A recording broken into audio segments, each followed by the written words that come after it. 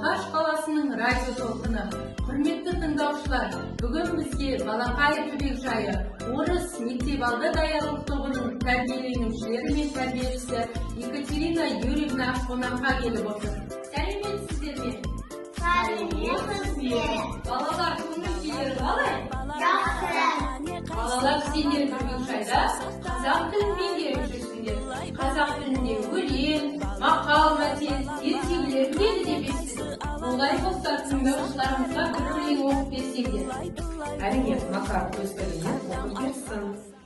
Абай Құнанбайұлы, ғылым тапай мақтан бір, орын тапай баптан бір, кумар көңіл шатан бір, ойна бошка кулыгы, бесный сердек, кашык бұл, бесный сергек, азық бұл, адам болам десеңіз, төлеуін өмірін алдында оған кығы жесеңіз, өсек отырып, мұшыштап, еншік бекер, без дұшпанын білсеңіз, талап, еңбек, терең ой, қанағат, рақым, олып қой, без асылыз, күлсіңіз. Екатерина Юрьевна, қазіргі таңда барлық балабақшаларда тілге бойлау жобасы бойынша жұмыстар жүргізіліп жатыр. Ал сіздердің Түбекжайларыңызда осы жоба бойынша қандай жұмыстар жүргізіліп жатыр? Біздің Түбекжайда тілге бойлау жобасы аясында күнделікті ұйымдастырылған іс-әрекеттер жүргізіледі. Дамыту орталықтары, кабинеттер жұмыс жасайды.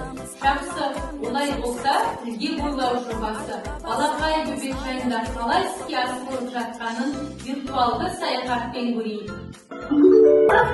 Шуламаңдар, әкелерін ұйықтайсын, оятмаңдар демалсын. Тымышты сақтаймыз.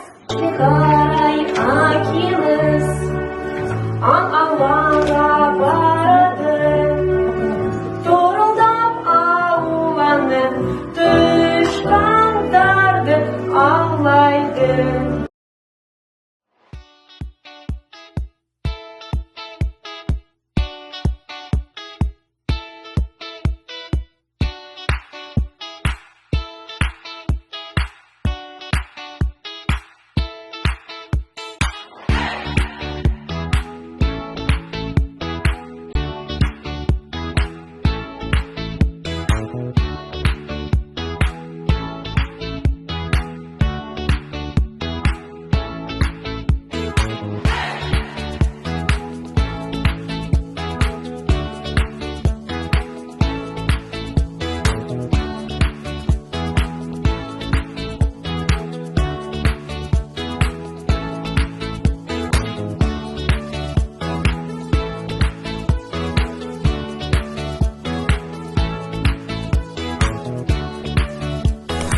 Біз Русланның ата-анасымыз.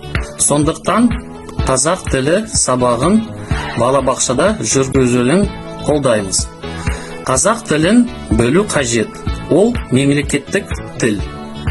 Қазақ тілін жас кезіне бастап үйрену керек. Біз солай ойлаймыз.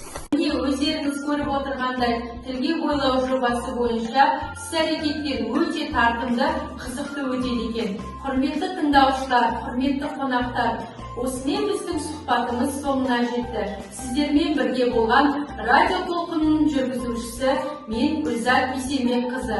Келесі жүздескенше қош сау болыңыздар.